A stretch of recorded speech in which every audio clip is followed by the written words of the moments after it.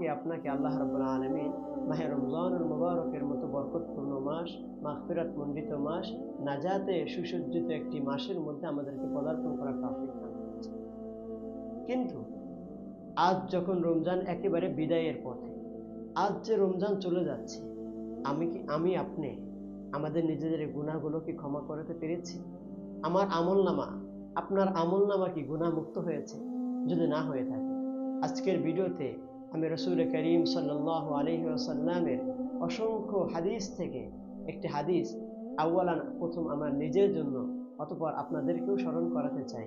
আল্লাহ রাসূল সাল্লাল্লাহু আলাইহি ওয়াসাল্লাম বলেন, বুখারী শরীফ 7 নম্বর খণ্ডের 220 নম্বর পৃষ্ঠার মধ্যে আছে, এবং বাইহাকী শরীফ 1572 নম্বর হাদিসের মধ্যে রাসূল করিম সাল্লাল্লাহু আলাইহি ওয়াসাল্লাম আমাদেরকে বলেন, বা'দা মান আদরাকা রমাদানা ফালাম ইউগফার লাহু কুলতু আমিন। আল্লাহ রাসূল সাল্লাল্লাহু আলাইহি ওয়াসাল্লামের হাদিসের প্রেক্ষাপট যদি আমরা জানি, হাদিসের মধ্যে এসেছে রাসূল করিম সাল্লাল্লাহু আলাইহি ওয়াসাল্লাম একদিন সকল সাহাবীদেরকে একত্রিত করলেন মিম্বারের সামনে, এবং রাসূল করিম সাল্লাল্লাহু আলাইহি ওয়াসাল্লাম যখন মিম্বারে আসলেন, আসার পরে যখন মেম্বারের প্রথম সিঁড়িতে পা রাখেন, ইরতাকাল আউয়ালা, যখন প্রথম ওই সিঁড়িতে পা রাখেন, তখন রাসূলুল্লাহ সাল্লাল্লাহু আলাইহি ওয়াসাল্লাম বললেন আমিন। যখন ইরতাকাল সানিয়াতা, দ্বিতীয় সিঁড়িতে পা রাখলেন, রাসূল করিম সাল্লাল্লাহু আলাইহি ওয়াসাল্লাম বললেন আমিন।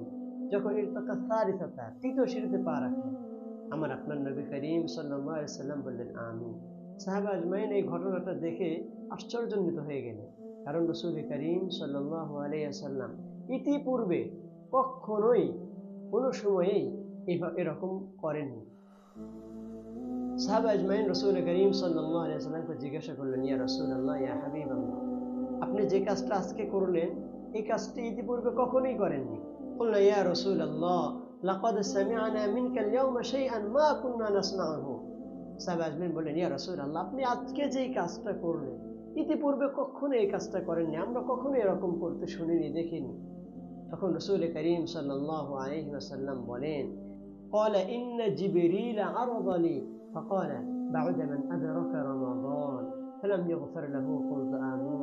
আল্লাহ রাসূল সাল্লাল্লাহু আলাইহি ওয়াসাল্লাম বলেন, ও আমার প্রিয় সাহাবীরা, শুনে রাখো, যখন আমি ইরতাকাল আউয়ালা, যখন ওই প্রথম সিঁড়িতে, প্রথম দরজায় আমি পা রাখি, আমার সামনে জিবরিল আমিন ফেরেশতা আমার সামনে চলে আসছিল। জিবরিল আমিন এসে আমাকে বলছে, ইয়া রাসূলুল্লাহ, ইয়া হাবিবাল্লাহ, বা'দা মান আদরাকা রমাদান।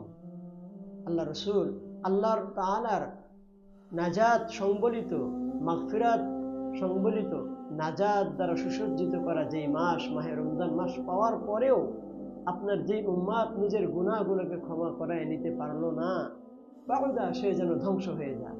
আমি আল্লাহ রাসূল জিবরিল আমিনের এই দোয়ার সাথে সাথে বলেছি আমিন, আল্লাহ কবুল করে। যখন ইরতাকা সানিয়াতা, যখন দ্বিতীয় সিঁড়িতে আমি পা রাখলাম, জিবরিল আমিন আমাকে বলেছিলেন, বাউদা মান যুকিরতা ইনদাহু ফালাম ইউসাল্লি আলাইকা কুলতু আমিন। ও আল্লাহর রাসূল, আপনার হতভাগা উম্মাতের সামনে, আপনার যে উম্মাতের সামনে আপনার নাম নেওয়া হবে, অথচ সে আপনার প্রতি দুরূদ প্রেরণ করবে না, ওই উম্মাত ধ্বংস হয়ে যায়। আল্লাহ রাসূল বলেছিলেন আমিন। এই অংশের মধ্যে আল্লাহ রাসূল বলেন, ইরতাকা সালিসাতা, যখন আল্লাহ রাসূল সাল্লাল্লাহু আলাইহি ওয়াসাল্লাম তৃতীয় সিঁড়িতে পা রাখলেন, তখন আল্লাহ রাসূল বলেন, তখন জিবরিল আমিন আমাকে বলেছিল, বা'দা মান আদরাকা আবাওয়াইহিল কিবার আও আহাদাহুমা ফালাম ইউদখিলাহুল জান্নাহ। ও আল্লাহর রাসূল, দুনিয়াতে যে তার মাকে বৃদ্ধ অবস্থায় পেয়েছে, অথবা বাবাকে বৃদ্ধ অবস্থায় পেয়েছে, অথবা উভয়কেই বৃদ্ধ অবস্থায় পেয়েছে, কিন্তু তাদের খেদমত করে তাদের সন্তুষ্টি অর্জন করে দুনিয়া থেকে জান্নাত কামায় নিতে পারলো না, ওই সন্তান ধ্বংস হয়ে যায়। আমি আল্লাহর রাসূল সাল্লাল্লাহু আলাইহি ওয়াসাল্লাম বলেছি আমিন। হায় আল্লাহ, এই তিনটা দোয়াই কবুল করে। সুপ্রিয় দর্শক মণ্ডলী, আমাদের খুব চিন্তা করা উচিত। রমজান মাস তো অনেক বড় গুণান্বিত মাস, রমজান মাসে তো আমরা আসতে পেরেছি, এটা অনেক বড় সৌভাগ্যের ব্যাপার। অবশ্যই রহমত, মাগফিরাত, নাজাত সংবলিত একটি মাসের আমরা পদার্পণ করেছি, অনেক বড় শুকরিয়ার বিষয়।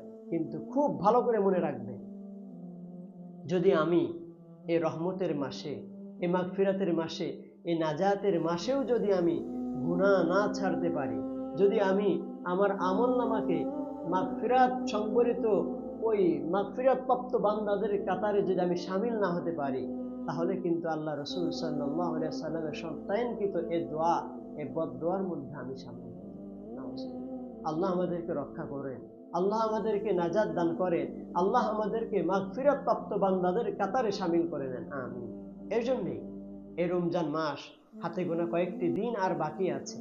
আমরা নিজেরা সব ব্যস্ততা থেকে ফারেক হয়ে, সকল বাজারের কোলাহল, মার্কেটের ঝামেলা বা পরিবারের ঝামেলা থেকে মুক্ত হয়ে আমরা সকলে একনিষ্ঠভাবে এক আল্লাহ রাব্বুল আলামিনের কাছে রোনাজারি করি, আল্লাহ আমাদের গুনাহগুলো আপনি ক্ষমা করে দেন।